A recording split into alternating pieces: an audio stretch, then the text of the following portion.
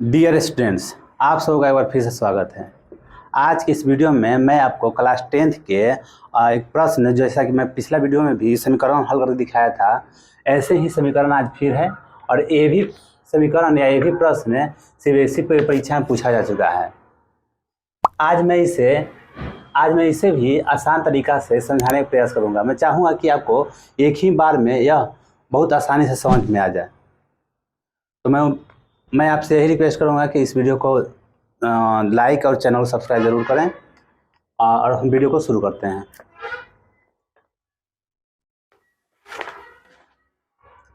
जैसा कि आप यहाँ पे देख रहे हैं कि दो समीकरण दिया हुआ है, समीकरण 1 और समीकरण 2। तो हम सबसे पहले इससे नामकरण कर देते हैं। नहीं तो क्या करते हैं कि 6 से गुना प्रत्येक में जो दिया हुआ है, हम इसको में इससे गुना कर देते हैं, इसको में इसको से गुना करके उसके बाद समीकरण 1 या समीकरण 2 लिखेंगे। जिससे कि इसमें गुना करते हुए सबसे पहले दिया हुआ 6 AX हो जाएगा और उसके बाद 6 BY हो जाएगा और इधर 3A + 2B ज्यों का त्यों हमारा उतर जाएगा। अब हम यहाँ इससे समीकरण 1 लिख देंगे। उसके बाद 6AX, सॉरी यहाँ BX हो जाएगा और यहाँ 6AY और उसके बाद 3B - 2A, ये हमारा समीकरण 2 हो जाएगा। हम चाहे तो इसे मैंने पहले ही बताया कि हम समीकरण को एक विधि से हल कर सकते हैं, लेकिन जो मुझे आसान लगे हम उसी विधि का प्रयोग करके बच्चों को समझाते हैं, चाहे बनाने के लिए रिकमेंड करते हैं। तो मैं इसे विलोपन विधि से आपको हल करके समझाऊंगा। तो देखो, विलोपन विधि से हल करने के लिए हम करते क्या है कि हम पदों को विलोपित करते हैं। या तो x वाले पद को विलोपित करेंगे, नहीं तो y वाला पद को विलोपित करेंगे। तो हमें यहाँ देखना पड़ेगा कि इसमें हम इसमें क्या किससे गुना करें कि ये वाला पद और ये वाला पद, इन दोनों में किससे गुना करें कि दोनों पद इक्वल हो जाए।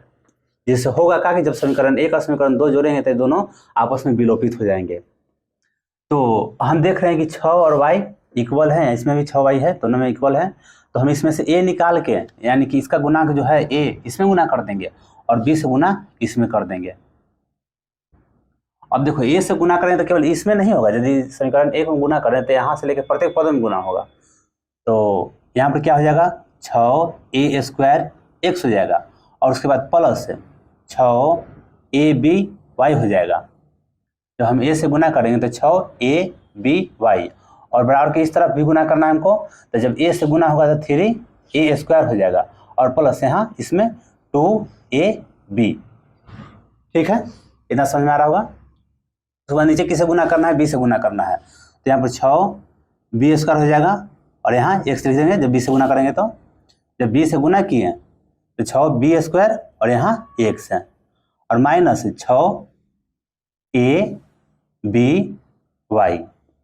उसके बाद यहाँ पर 3b² और यहाँ -2ab। इतना करने में किसी प्रकार का आपको दिक्कत नहीं होना चाहिए। और हम करेंगे क्या कि दोनों समीकरण को जोड़ देंगे। जोड़ने से होगा क्या कि a वाला पद y वाला जो पद है वो विलोपित हो जाएगा, यानी घट के 0 हो जाएगा या आपस में कैंसिल हो जाएगा।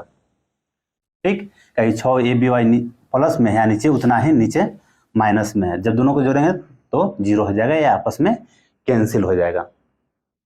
अब देखो, इन दोनों को आपस में जोड़ेंगे हमें तो क्या लिख सकते हैं, 6a² x plus 6b² x लिखा जाएगा। यानी कि इन दोनों पदों को हमने प्लस में लिख दिया है। अब हम आगे बढ़ते हैं। यदि इस तरफ भी देखा जाए, बराबर की इस तरफ भी, तो यहाँ पर 2ab प्लस में है और यहाँ 2ab माइनस में है, तो ये भी आपस में घट के 0 हो जाएगा या कैंसिल हो जाएगा। तो क्या लिख सकते हैं, हम लिख सकते हैं 3a² प्लस 3b²। अब हम आगे बढ़ते हैं। हम यहाँ देख रहे हैं कि कॉमन ले सकते हैं हम इसमें, 6 इसमें भी है 6 इसमें भी है, तो 6 कॉमन हो जाएगा और उसके बाद x इन दोनों में है तो x बाहर हो जाएगा। तो ब्रैकेट के अंदर क्या बचेगा, a² प्लस b² बच जाएगा। इतना में आपको किसी प्रकार दिक्कत नहीं होना चाहिए। अब हम आगे बढ़ते हैं। इन दोनों में हम कॉमन लेंगे 3, देख रहे हैं कि इन दोनों में 3 कॉमन हो जाएगा, दोनों पदों में है। तो ब्रैकेट के अंदर a² बच जाएगा और इसमें b² बच जाएगा। अब देखो, बराबर के चिन्ह रहे, दोनों तरफ गुना में एक ही चीज रहे, तो हम आपस में इसे काट सकते हैं। ठीक है। तो हमारा 6x बराबर क्या गया, 6x बराबर 3 आ गया।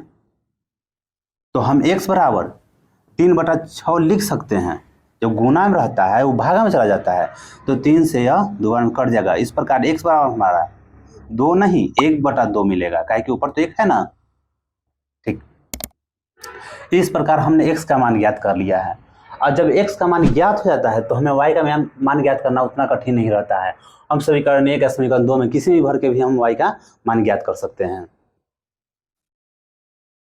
तो चलो x का मान हम किसमें भरें, इसको समीकरण 1 का समीकरण 2 बनाए थे हम, या इसमें भी भर सकते हैं, लेकिन चलो इसमें ही भरते हैं।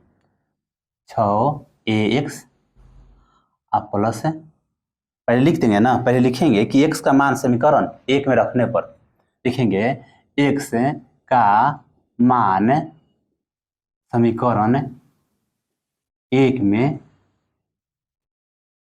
रखने पर, ठीक। हम x का मान समीकरण 1 में भरेंगे और x का मान हमारा कितना ज्ञात हुआ है, 1/2 ज्ञात हुआ है। तो सबसे पहले समीकरण 1 है जो हम ज्यों कहते हैं उतार लेंगे। 6ax + 6by बराबर 3a + 2b। 6a गुने x का मान कितना है, 1/2 आया है। 6by 3a + 2b। हमने x के जगह x का मान 1/2 भर दिया है। बाकी पदों को यदि देखें आप तो ज्यों का त्यों उतारा हुआ है, मैंने कुछ नहीं किया है। अब देखो यह 2 से क्या बार कट जाएगा, 3 बार में कट जाएगा। तो इस प्रकार हमारा यहाँ 3a, इधर हमने क्या किया कि 6 को 2 से 3 बार में काट दिया। अब बाकी सभी पदों को हम ज्यों का त्यों उतार देंगे। अब देखो ये 3a बराबर की इस तरफ से उस तरफ जाएगा, तो 3a + 2b ज्यों का त्यों है, और इसको इस तरफ से उस तरफ ले जा रहे हैं तो चिन्ह जो प्लस में रहता है वो माइनस में जाता है। यानी 3a के पहले कोई चिन्ह नहीं है तो प्लस छुपा है, जब बराबर को उस तरफ ले जाते हैं तो माइनस हो जाता है। हम 3a को यानी कि इसको इससे घटाएंगे तो 0 हो जाएगा, चाहे आपस में कैंसिल हो जाएगा। तो इस प्रकार हमारा 6by बराबर 2b बचेगा। इतना किसी प्रकार को दिक्कत नहीं होना चाहिए। हम ई बी से एक चीज़ और, y का जो गुणांक है बराबर को उस तरफ ले जाएंगे तो जो गुना में रहता है वो भागा में हो जाता है।